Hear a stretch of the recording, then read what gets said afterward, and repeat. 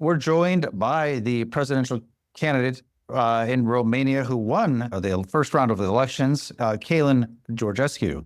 And I just want to do a quick highlight of the timeline of events so people are aware. I said they had a first round of elections on November 24th. His unexpected win caused widespread surprise and concern. That's what they say. The Constitutional Court then ordered a recount on November 28th. On December 2nd, the court validated the election results. Then on December 6th, the court turned course and annulled those election results while the second round voting was happening, as I understand it. The Constitutional Court said in particular that it was the, quote, illegal use of digital technologies, including artificial intelligence, as well as the use of undeclared sources of funding. It said one candidate, the person we're talking with, received preferential treatment on social media platforms, which resulted in the, quote, distortion of the voters' expressed will. I have to say, this reminds me of what happened, what was alleged with Trump during the 2016 election. So it's pretty crazy. Doug, we'll start off with the first question for our guest. Yeah, I really think this is scandalous, Calin. We're not in Romania. I've been there several times over the years. Oddly enough, the first time New Year's Eve in 1967 was when I first entered Romania. But it's scandalous that about these things. What don't these people like about you? What do you think? Thank you for this point.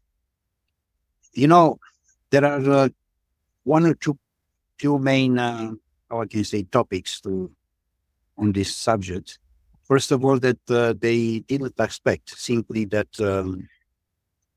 Romanian people can take the leadership, if I can say it. Right? So simply they consider that everything can continue. The political and the oligarch system can control everything, including the votes, control the democracy, which in fact doesn't exist. And nobody cares about the people needs. This is number one. And number two is we discuss about another paradigm, another, as I said, we have to change the system, not the people. And they don't agree that because my project for Romania was only one, peace. And not only for Romania, for the region. In the moment when they hear about peace, they think they cannot accept peace because they are looking for just a war. And this is the main subject, which in fact destroy more or less the entire Europe. So these are the main points. And of course, the democracy was simply killed by them and could be a precedent for any country in the world. And this is a main important problem, which we have to face now, all of us. It's not only for Romania, it's for all of us. Because simply those people, they cannot accept the country, the people, they are looking for change, or real change. What is it? The idea of changing the system is obviously what scares them. But was there any, besides you're pro-peace? I get it. You don't want war. That bothers people. But is there anything like what in particular about changing the system? What do you mean by that? Very, very good question. The changement was that my program, Food, Water, and Energy, is a consistent program based on sovereignty and stability, which does mean the power of each person to be economic independent. It was my point. Economic independence does mean to spread the private property, the productive private property in all the country. With other words, we empower small enterprises, we empower them Romanian entrepreneurs, and to foster all the activity on the internal economy in a sense that all the, how I can say, all the values which Romania has, all the richness which Romania has, have to belong to the Romanian people, not to others. So this does mean that even the mineral resources, the water, the land, everything belongs to the Romanian people, which does mean Romanian first. And of course, they cannot accept this because Romania, it's a very rich country. And of course, they capture already and they want to continue exactly on this line in order to go after the natural resources, but the natural resources belongs to the people. And this was my point, my element on this. Besides the game, that I'm the person who I introduced this concept to spread every the productive revenue, which does mean the state will help the people with technology, with equipment, with local banks, so Romanian banks, in order to help ownership, help the private entrepreneurs in order to make the welfare for the country. This is a main important one. Yes. Doug, give me the, sorry, just 1 second, sir. I got Yeah, it. sure. Okay, but maybe there's more to it than that. Maybe the fact that you don't want to see, if I'm correct, you don't want to see mass immigration to Romania from alien cultures. You This don't, is another point. This is another point, yes. and also you don't want to see the Romanian people used in a medical experiment for these new vaccines, which I think impress us as being very dangerous. And of course, the big thing is that you don't want to get involved in this war that NATO is fomenting against the Russians. So you're at odds with these people in Brussels. What are you going to do about that? Now that they're knocking you out of the presidency, what can you do about it? Well, I said very clear in different interviews when they asked me what I have to do, what I shall do when I should be president related with the support for Ukraine. And I said very clear that the support will be stopped. And the war have to be stopped immediately, urgently. We have nothing to do with this war, nothing to do with everything which has happened there. And we have to take care about our own country first. So again, Romania first, not second, first.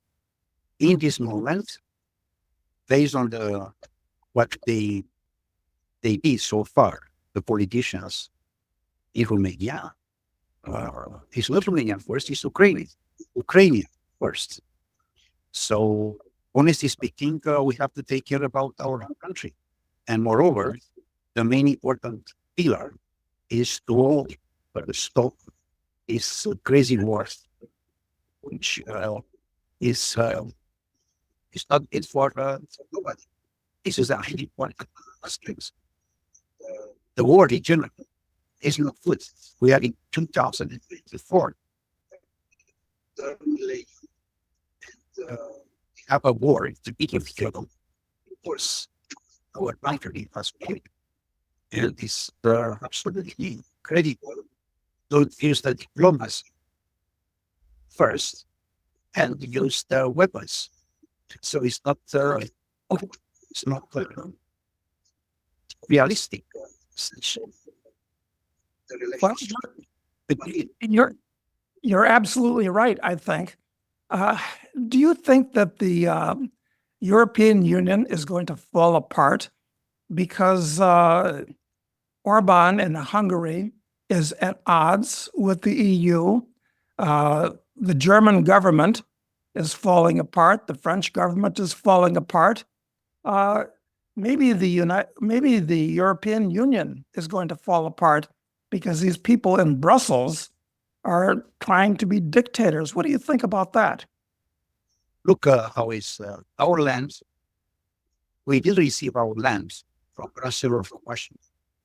We receive our lands from God in the spirit of love. So we have to respect our land, we have to respect our people, and moreover, we have to respect the dignity of them. So here I am. I don't care what they are doing, but I care in order to have diplomatic approach and dialogue with everybody. I'm looking to stay around the table with any person, any institution, any country. In the spirit of peace, the spirit of dialogue, the spirit of the legal process, not just for them, and nothing for us. Romania right now, we discuss about the country with more than 20%. Well, it's pretty shocking.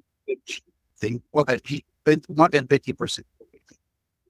It's pretty shocking. Yeah, No, of course. So, I mean, you won the election, the court approved it, and then they changed their mind. It's like somebody talked to the members of the court and got them to change their minds. I mean, this is quite shameful. What can you do? Is there anything you can do? yeah, absolutely. The problem is that the influence of politicians in justice, which does mean that we have not justice, but moreover, I'm sure that there are people with dignity, justice, it was a system, and I'm sure that will be a real decision, which, by the way, I have to kind of support on Monday morning. Is hopefully to be take this decision. So what I can ask for the international community is to speak about this subject, to make a pressure in order to the democracy to be restored again in Romania. Because right now we discuss about the dictatorship. And here we are regarding what you can do, and everybody, the international community. Because again, with their presidents, when any country it was, I think it like it. Well, we're on your side, and anything that we can do to make people aware of this, because most Americans are unaware of what's going on in Romania. It's a pity. Yeah, and then they have to be very aware about that, because if this migrant system push or visionary or which company I hope not, this does mean that the dictatorship sense that there are people in Washington, so they are emergency situation. And this does mean that the current President Biden in place. Exactly like in Romania. So here we discuss about the we definitely here we are. We discuss about the data here. And I'm totally surprised. The international community, not the media, not the journalists, there are a lot. But we discuss about the official position from other states regarding the situation critical of democracy in Romania. Well, perhaps when Trump is inaugurated, hopefully on January 20th, the position of the United States towards this will change, and you will get some serious support from the U.S. It's similar. I disagree with this point, because we are not in the position as human being and as a country. I'm speaking about America, which is strong and milestone basis in democracy, to wait until the January 20, with your permission. Have to be a position quickly, because today already we discussed about 2 weeks already from the coup d'etat, which was happened in December 6th. And in 2 weeks' time, we have not any official position from United States, particularly. So I'm not waiting. We discuss about our dignity. We discuss about our people. We discuss about, again, a precedent which could happen everywhere or any place in the world. So it's not a point to wait until January 20. Even after January 20, we know very well how is the situation in the United States, which is not easy, economic, social. There are so many problems. We discuss about the simple just of dignity of human being, of realistic terms, to have someone to say, hey, what we are doing with the democracy in the world. Because it's the first time when it's happened such a thing in the world, which is crazy, absolutely crazy. There's someone to cancel the election, to cancel the vote. Because already from Friday morning, the vote was starting, by the way, outside of Romania. And they closed the votes in the afternoon, which doesn't mean we had already more than 40,000 voters until that time. And they canceled the votes. And what is going on here? And it's not any reaction, any official reaction. I'm sorry, sir. How are the people there, your supporters, responding to this in Romania today? Well, myself, for all the time, I said that the democracy for us is the vote, and we have to continue to live, to vote, and live in our freedom, to believe in what we can do as free people. And I ask the people to stay calm, to stay relaxed, and to wait the decision of the courts. This was my position. And still, this is, of course, my position. Was I don't want to ask about other manifestation because I disagree. That my only position, which I agree, and I totally support, is the vote. The vote is a freedom of the people, correct? So we have to continue to believe on that, to believe in justice, and the justice to make the job. So you said the justice exists in order to protect the people, not to protect oligarchs. Right. And so there's a court case, is that what I understood correctly, on Monday, hearing regarding the matter? Yeah, Monday morning is they have the court is hopefully to give the Romanian people the right decision in order to continue with the second round. Okay, so we'll know more next week. And maybe the story will have a happy ending after all, as of next week. Do you think so? We strongly believe, I believe in God. All the Romanian people believe in God, and we are sure that the last decision, in fact, and the ultimate decision is from God. We are strongly believe on that, and we are sure that everything will be okay until the end. But of course,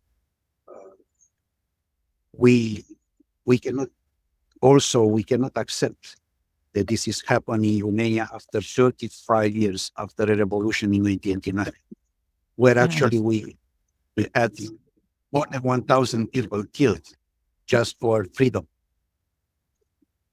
Yes, I mean, your country has a very recent history of a hard-won freedom, and most countries in the world do not have that recent experience. So your people know how it was under the old system, fought for the new one. Yeah, totally agree with you. Exactly. So very much appreciate the interview with you. Very much appreciate your support, and of course, we are totally together, all of us. Particularly that the Christmas time is coming very soon. And the Christmas light is the spirit to get together.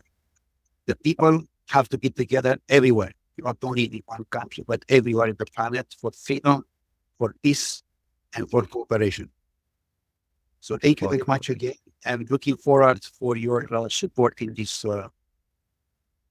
Thank you, sir. We'll do our best to get the word out about this. And if there are events next week that come up where it might be worthy to have a discussion again, we'd be happy to do it here once the court.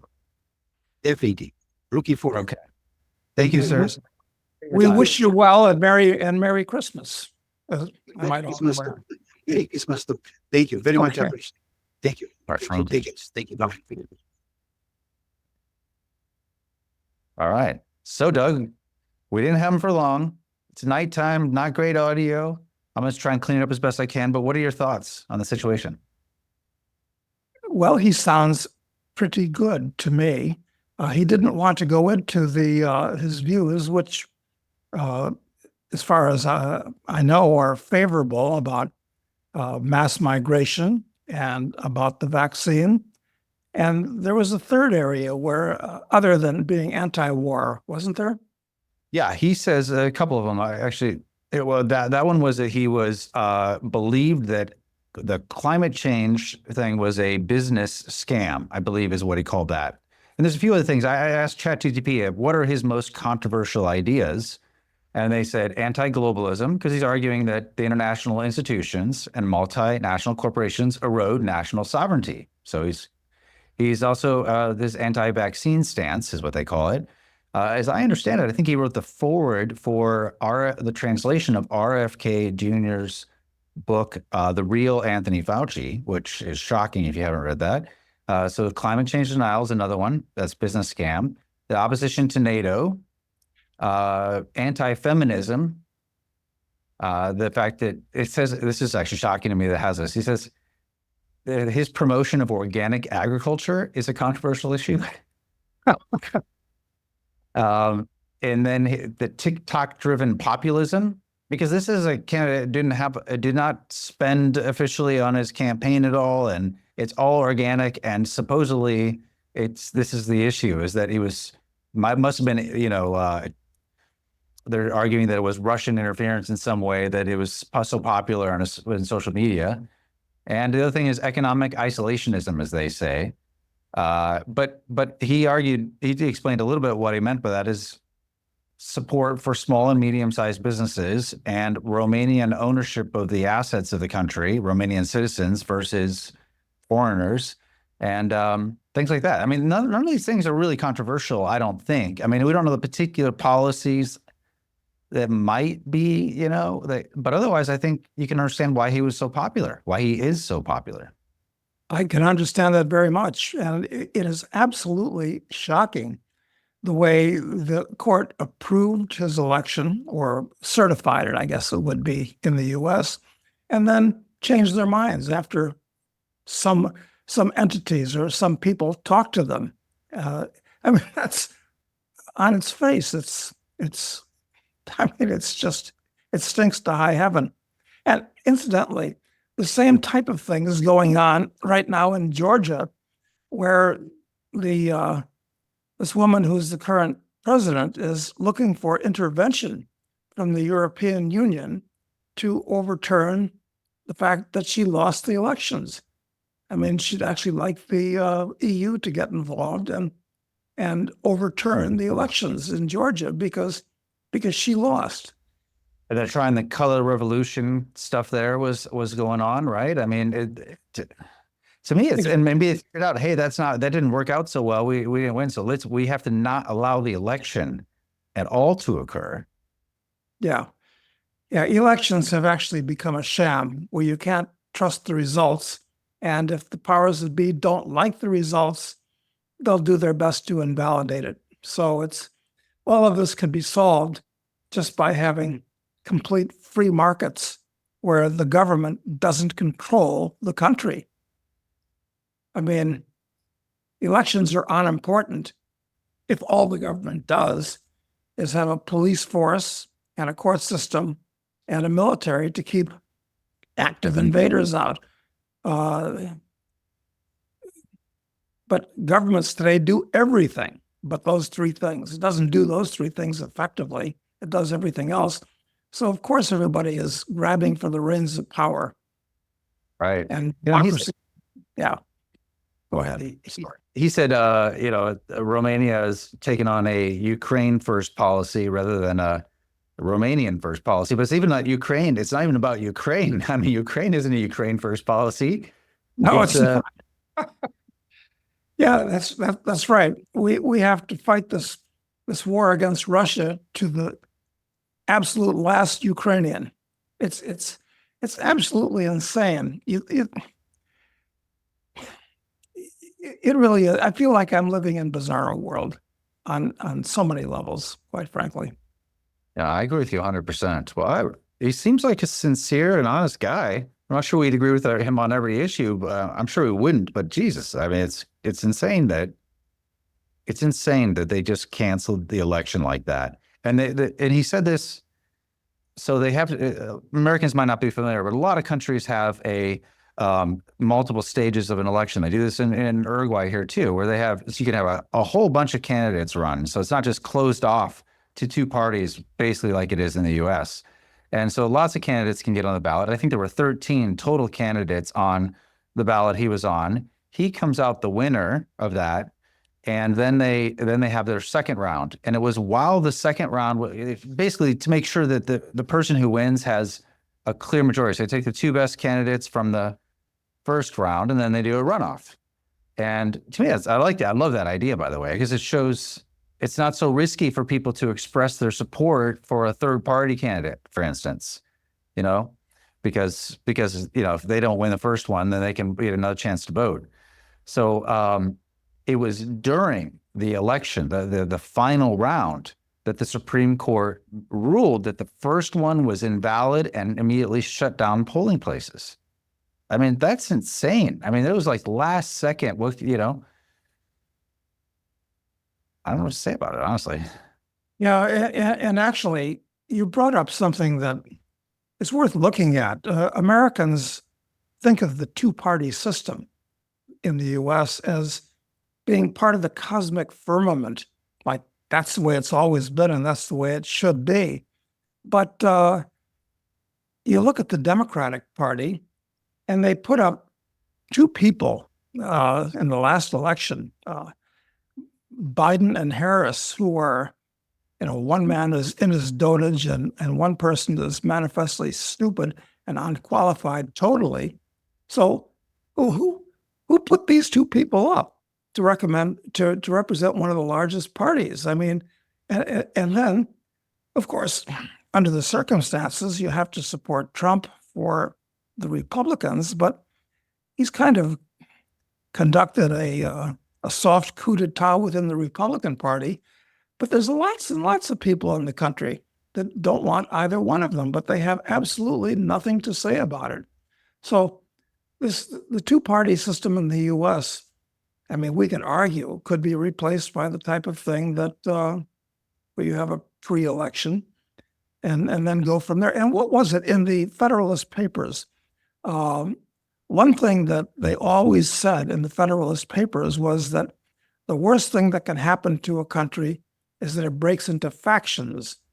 But factions, which was a word that was used a lot in the Federalist Papers, really meant political parties, which was not a phrase that was used back then. They were called factions. And that's exactly what happened. And nobody discusses that. Just like the fact that you've got these two political parties that,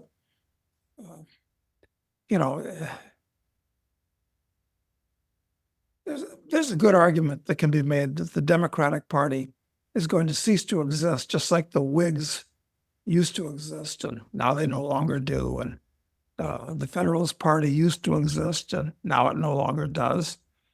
And who knows what's going to happen to the Republican Party, which has become the MAGA party. So I don't know. It's a chaotic situation. Yeah, it's very interesting. I didn't actually realize I haven't read the Federalist Papers since I was in high school, and I don't have your memory, so I can't remember all the details as well. But yeah, it says these divisions can result in the formation of groups that pursue their interest at the expense of others. So yes, these parties definitely, and that's how they kept RFK Jr. completely off the ballot. Like, they wouldn't let him even compete on the Democratic ticket. Yeah, and RFK Jr. had wide support. I mean, I've seen numbers that would indicate that 25% of the people, which is a huge number in the U.S., supported him for president. But he couldn't go anywhere because he didn't have control of the apparatus of either party, and he was blocked out. It's all a fraud, Doug. I think this all entire thing. Well, it's revealed in this guy's case because, we're all about democracy. And as soon as it actually, the results don't come out in the predictable way, or let's say a tolerable way, then they're swept aside. They probably think with 13 candidates, he's popular. He doesn't have any money though. Like he's not going to be one of the two remaining standing. They go to the runoff, and they lost that gamble. And so they canceled the entire thing.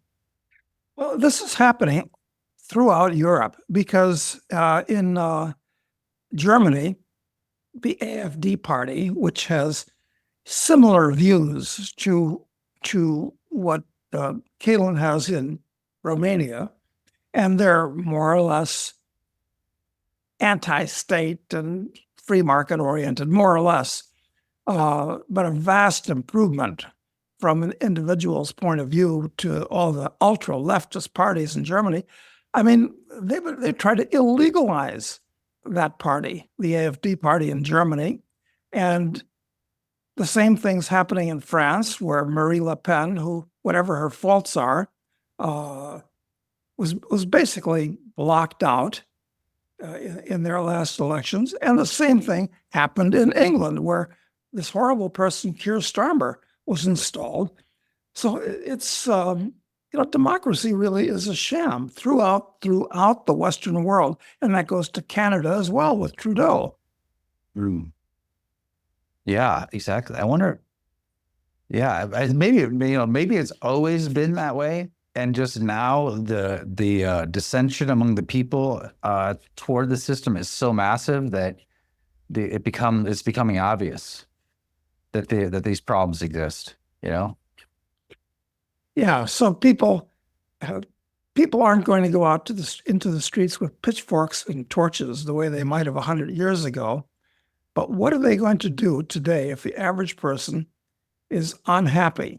His standard of living is dropping everywhere. Certainly, well, not the people of the top 10%. Their standard of living is going up. They're becoming wealthier. And especially the top 1%, but the bottom 50% are losing ground and getting further in debt for credit cards and to finance their cars and to pay for their stupid college educations and just to live from day to day. So they're getting rather unhappy. I don't know if we'll reach a boiling point or not. Well, Romania will be a good test case for this because it's the way he's handled it so far by telling everybody to just chill out and let's see how the process, let's use the process. We got to believe in the process. It's smart because if they did anything up until this point, at least, it would just be used against them. All of that would be. But the question comes, if this court case or this hearing on Monday doesn't resolve anything, what are they going to do? These people who literally fought against a dictator to get out of this bad situation not long ago. I mean, living memory for, most of, a good part of the population, at least. When something is taken from them like this, so directly, so in their face, so without plausible deniability, how do you think they might handle it? Yeah, the Romanians had a really nasty dictatorship under Ceausescu, who was the name of this guy. It was absolutely horrible. And the secret police force that he had was the second worst in Eastern Europe after the Stasi in Germany. So, and it was recent enough that people remember these things, and they don't particularly want to be bossed around again. So it's going to be really interesting to see what happens in Romania, which I'm just guessing. Not 1 out of 20 Americans have even heard about this. I think you're right. One of the major, sorry, go ahead. Oh, I was going to say, I'm guessing 1 out of 20, but I'm probably overly optimistic. It's probably like 1 out of 40 or something. I think you're right.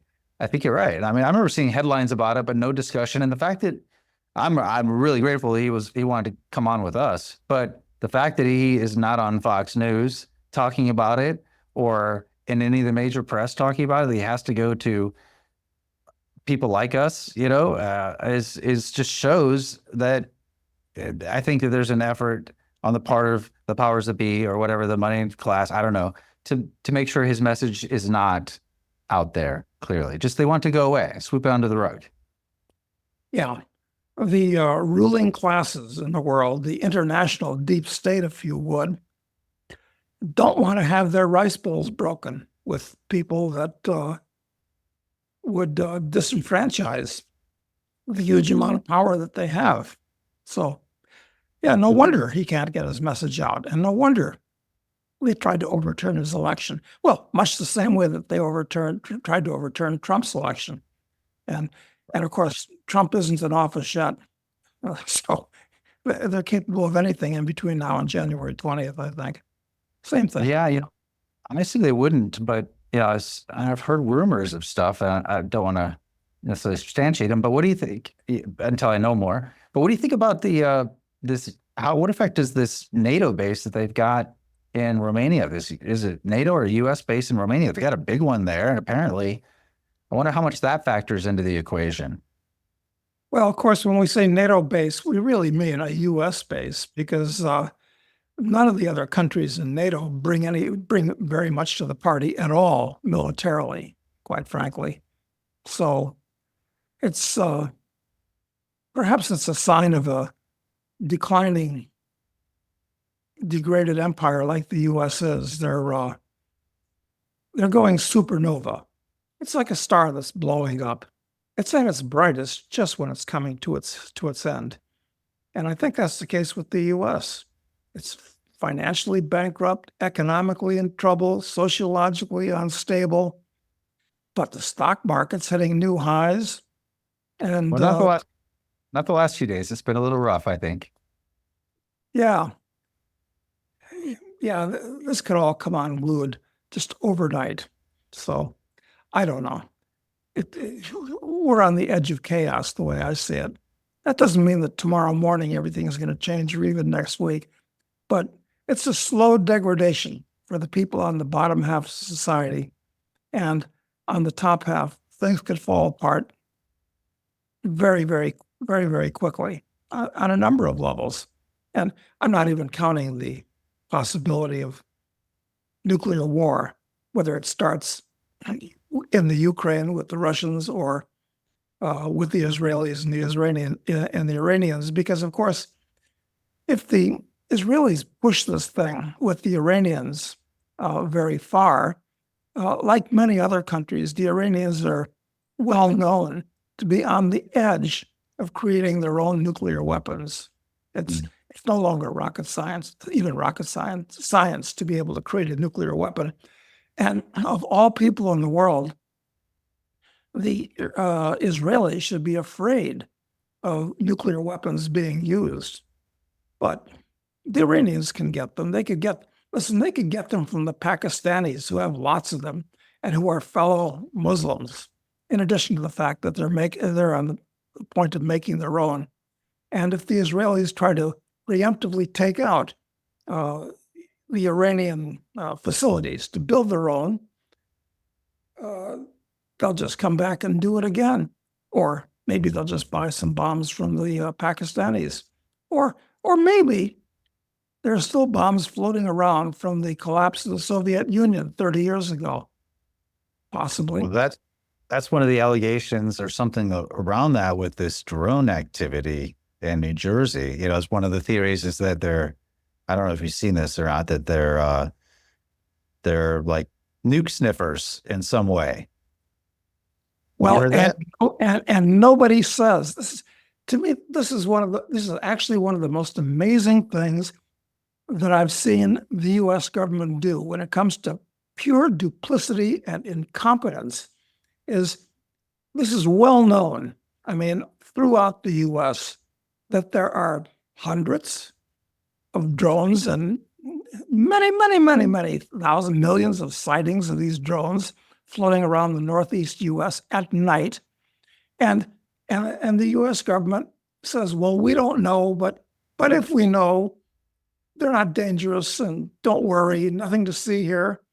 It's absolutely insane. And the average person has got to think, you know what? We have a military, and the military's got lots of helicopters throughout the Northeast. Why don't they put up some helicopters with spotlights or at least night vision devices and shine them on the drones and see what they are? Or maybe even force a couple down, which wouldn't be very hard to do. And who is putting up all these drones? What are they doing? What are their capability? They're not doing this. I mean, and this has gone on for weeks and weeks with nothing but denials from these corrupt government officials. I mean, this has got to, there's got to be a disconnect going on in the average American's mind at this point. It's gone too far. Yeah. What do you think is a plausible, like, what do you think is going on with the drones? The most plausible excuse that I've heard is that there's a nuclear device or some type of radiological weapon or something of that nature that's gotten out of the bag and they're trying to find it. Okay, that makes sense. But running drones around at night to try to find it, I don't think that helps the situation. I mean, you think that there would be some way, if that was the case, that they could do it during the daytime and not such a chaotic and mismanaged manner. So, But if they alerted the public about it, I think this is in that plausible scenario one, that is, I agree, the most plausible scenario.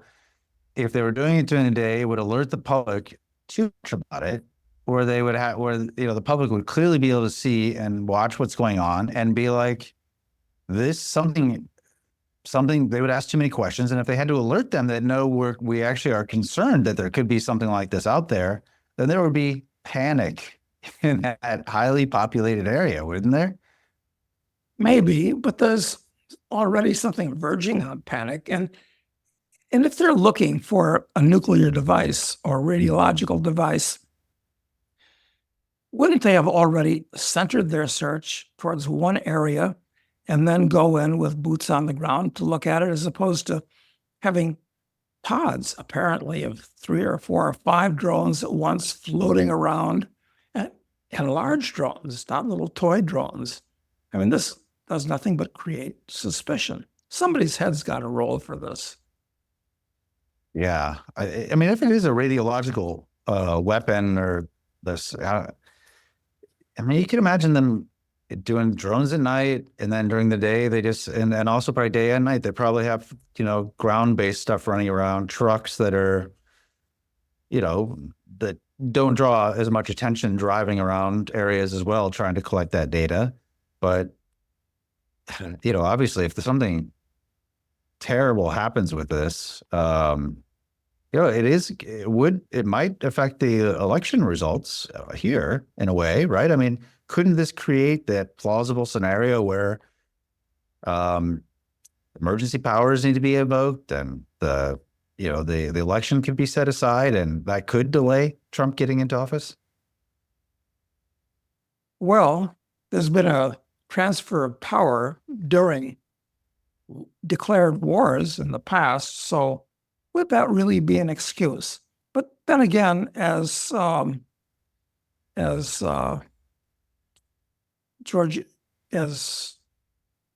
Georgescu has just pointed out, this can happen right before your very eyes. So Right. anything could happen. Anything could happen at this point in the United States, and they'll come up with some kind of a plausible, basically bullshit excuse, but kind of plausible, why you can't have Trump in office. But who knows? I mean, you can't trust anything these days, and you can't trust the media. And And as nice as it is that we can get boots on the ground reporting from hundreds of blogsters that are out there, can you rely? Which ones of them can you really rely on? And what facilities do they have to get actual accurate news? So you can't trust the mass media, and you can't trust. Well, it really gets back to what you should do is look out for number one. Make sure that your own personal life is in order and do the best you can to help your family and friends and neighbors and expand things slowly from there. But What you're saying, basically have accept responsibility for all that's in your control and focus your energy there. That's what you're saying. try not to be overly distracted with crazy rumors that are going on way beyond your control or even actual knowledge. Yeah, I heard there are flying saucers out there. You could start any kind of a rumor, and it might get legs, and people would repeat it today. well, Nothing's reliable. You can't trust anything, and you certainly can't trust the U.S. government. I feel I want to add to the rumors a little bit now, which is going against what you say we should do. Is that I saw this Democratic guy talking about how that starting on December 20th that they were going to do something to counteract the Trump victory. Okay, just a guy talking. It was into I was on TikTok or something, posted on Twitter, and then I see this morning when I got up. Post on Twitter that says Kamala Harris just abruptly canceled her planned trip to California and, quote, raced to the White House, per reporters. Biden also just returned to D.C. after being expected to stay in Delaware until after Christmas. Is something going on? I heard about that last night. My wife, who monitors these things, told me that Kamala was rushed to the White House, was it? With Yes. with sirens and red lights and all this type of thing. Well, why would that be necessary? What's the point? What's going on? Has there been any explanation of this so far? There has not, but to me, it is funny that this is basically happening on December 20th, which is what that guy was just saying in that video, like as if, I don't know, that there were some plan. And then you have put this together with the drone incidents that continue ongoing in New Jersey, added to this radical action that was taken in Romania to overturn that election there. And these are, we don't know all the details in any of these things, but those things together, that like those details together paint a very dire picture that make me reconsider my position on the idea that, Trump will be in office on January 20th. They aren't going to do anything stupid. I think it'll be okay. It makes me wish that I really only cared about what the Kardashians and professional football teams were doing. It would make life so much more simple and less worrisome, quite frankly.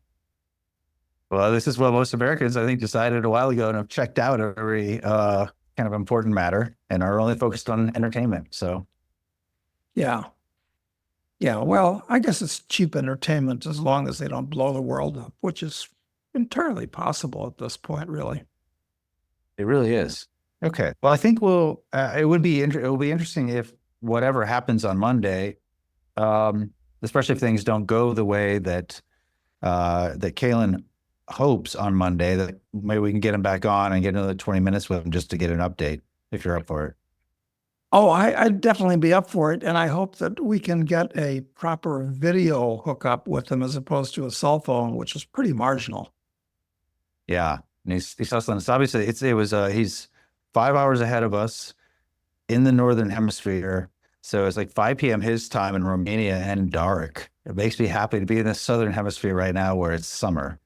Well, and that's not the only reason why it's nice to be down here, quite frankly. And no, I'm sure he can get a good setup, because it's not like Romania is a primitive and backward country, because it's not. Not. It isn't. Okay, well, we'll see if we can do that. And we'll see if anything really interesting happens this weekend with maybe Kamala being rushed to the White House could lead us an interesting news weekend. Yeah. Yeah, that's right. Anything is possible. I mean, let your imagination go absolutely wild because it's all possible at this point. Yeah. Maybe they made contact with these drones. Are not drones, they're UFOs, and maybe the aliens they wanted to talk to our leader. And so she's rushing to the scene to make sure she's there. That's really comical. It's like something out of Idiocracy. I think put Kamala forth as being our leader of all people. Oh, well. All right. Well, I'll see if I can clean up his audio a little bit and I'll get this published and see, hopefully people can hear it well enough. And then we'll be back next week with more. Okay, great. Good Thanks, weekend. sir. Thanks. You too.